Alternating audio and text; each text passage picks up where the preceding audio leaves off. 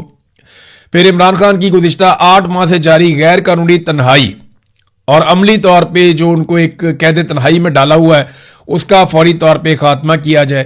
6 اہل خانہ, 6 وکلاء اور 6 دوستوں کے ساتھ ہر ہفتے ان کی ملاقات کروائی جائے. ان کے بیٹوں کے ساتھ ہفتہ وار ٹیلی فونک رابطے کا حق فوری طور پہ بحال کیا جائے. کتابوں, اخبارات اور دیگر مطالعے کے مواد تک ان کی رسائی کو یقینی بنایا جائے. اور یہ کوئی مراد نہیں ہے, یہ قانونی اور انسانی حقوق ہیں جو ہر قیدی کو میسر ہیں, تو عمران خان صاحب کو بھی یہ حقوق ملنے چاہیے. یہ جناب پاکستان تحریک انصاف نے چیزیں سامنے رکھ دی ہیں. اب بجٹ تو پاس کروا رہی ہے خیبر پختونخوا کی حکومت. بجٹ کی میں بات کر رہا تھا, ادھر بجٹ کا اجلاس قومی اسمبلی میں بھی چل رہا ہے, ادھر شہباز شریف صاحب نے زمین آسمان کے کلابے میں لا دیے فیلڈ مارشل عاصم منیر کی تعریفوں میں. شہباز شریف صاحب کو نا, کیونکہ وہ اقتدار میں بیٹھے ہوئے ہیں, ان کو اس بات کا آئیڈیا ہی نہیں ہے کہ یہ سارے جملے اور جتنی انہوں نے اپنی زبان سے بوٹ پالش کی ہے الفاظ کی صورت میں, یہ ان کے اوپر واپس برسے گی اور ان کے خاندان کی سیاست کے اوپر برسے گی. یہ سوشل میڈیا کا دور ہے, ایک ایک چیز ریکارڈ ہو گئی ہے. ایسا نہیں ہے کہ آپ پی ٹی وی کا ریکارڈ ختم کر دیں گے تو آپ کو بھٹو کی تقریریں غائب ہو جائیں گی یا کچھ آپ کو ملے گا نہیں. یہ سارا کچھ یہاں پہ ریکارڈ میں موجود رہے گا. آپ کو اس کا سامنا کرنا پڑے گا شہباز شریف صاحب. یہ جتنے آپ نے گڑھے کھود دیے نا اپنے آنے والی نسلوں کے لیے, جب پاکستان میں فری اینڈ فیئر الیکشن ہوگا, لوگ آپ کو فوج کے ٹاؤٹ کے طور پہ دیکھیں گے اور لوگ آپ سے نفرت کریں گے, کیونکہ پاکستانی ہمیشہ اینٹی اسٹیبلشمنٹ موقف اپنائیں گے. یہ تو اب ہو چکا ہے, آپ جو مرضی کر لیں. ادھر الٹے سیدھے شعر بھی پڑھ دیے شہباز شریف صاحب نے, ٹکا کے جوتے پالش کیے. یہ چیزیں ان کے سامنے آئیں گی, ان کو آئیڈیا نہیں, اور جو اصل کام ہے کرنے والا وہ یہ کرتے نہیں ہیں, اور جو کام ان کے کرنے والا نہیں ہے وہاں پہ یہ آگے بڑھ بڑھ کے چودھری بنتے ہیں. ابھی امریکہ نے اور ایران نے دونوں نے ان کو فارغ کروا دیا. یہ جاتے سوئٹزرلینڈ کے جناب ہم بڑے چودھری بننے جا رہے ہیں, ہم کریں گے جناب میزبانی. انہوں نے کہا تم کون ہوتے ہو میزبانی کرنے والے؟ انہوں نے آپس میں خود ہی معاہدہ کر کے ان کو فارغ کر دیا, ایک پیپر بھیج دیا, اس پہ سائن کر لینا. تو شہباز شریف صاحب اس پہ سائن کر کے نا مسکراتی ہوئی تصویر لگا دی. اور بھائی ادھر جنگ ہوئی ہے, ادھر بڑے برے حالات ہیں, ڈونلڈ ٹرمپ بھی پریشان ہے, ایران بھی پریشان ہے, اور یہ بیچ میں بگڑے ڈال رہے ہیں کہ جناب ہم نے بہت بڑی کارروائی ڈال دی ہے, ہم نے جنگ عظیم رکوا دی ہے. دیکھیں آپ کی ایفرٹ بڑی اچھی تھی, آپ نے کوشش بڑی اچھی کی, لیکن آپ نے پاکستان میں کیا کیا؟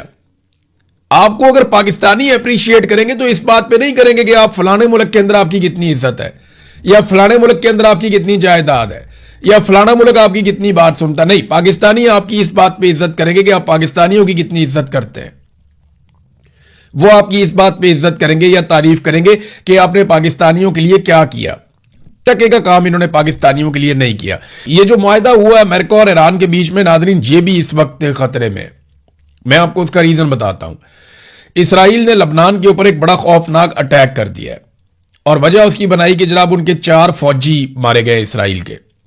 اور اس اٹیک کے اندر جو اب تک اطلاعات آ رہی ہیں ہمارے پاس الگ الگ میڈیا سے, 35 خواتین اور بچوں سمیت 35 لوگ وہاں پہ شہید ہوئے لبنان میں. یہ آپ ان کے چہرے بھی دیکھ سکتے ہیں, بالکل معصوم لوگ ہیں, بچے بھی ہیں, خواتین بھی ہیں ان کے اندر. اب یہ تو کوئی جنگجو نہیں ہے نا, ان کا تو حزب اللہ سے تعلق نہیں ہو سکتا. لیکن جب بمباری ہوتی ہے اور اوپر سے جہاز آ کر بم پھینک کر جاتے ہیں یا میزائل مارے جاتے ہیں, تو پھر نیچے کون ہے کون نہیں ہے یہ تو مارنے والے کو آئیڈیا نہیں ہوتا زیادہ تر. اور اسرائیل اس بات کی پرواہ بھی نہیں کرتا کہ وہاں پہ کولیٹرل ڈیمیج ہو رہا ہے یا وہاں پہ سویلین جو ہے وہ شہید ہو رہے ہیں, انہیں اس بات کی پرواہ بھی نہیں. بڑے سخت انہوں نے بیانات بھی دیے ہیں.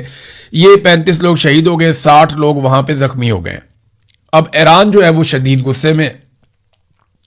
کچھ اطلاعات کے مطابق ایران نے وہاں پہ آبنۂ ہرمز کی ایک مرتبہ پھر بندش بھی کی ہے, اور امریکہ کو بڑا سخت پیغام بھی بھجوایا کہ جناب یہ دیکھیں اسرائیل جو ہے وہ معاہدے کی خلاف ورزی کر رہا ہے. ہمارے معاہدے کا یہ حصہ تھا کہ اسرائیل لبنان کے اوپر حملہ نہیں کرے گا, لیکن بڑا خوفناک حملہ لبنان کے اوپر کیا گیا, 35 لوگ بچوں اور خواتین سمیت مار دیے گئے. چین جو ہے وہ اپنے ہر شہری کی ہیلتھ کے اوپر $763 خرچ کر رہا ہے.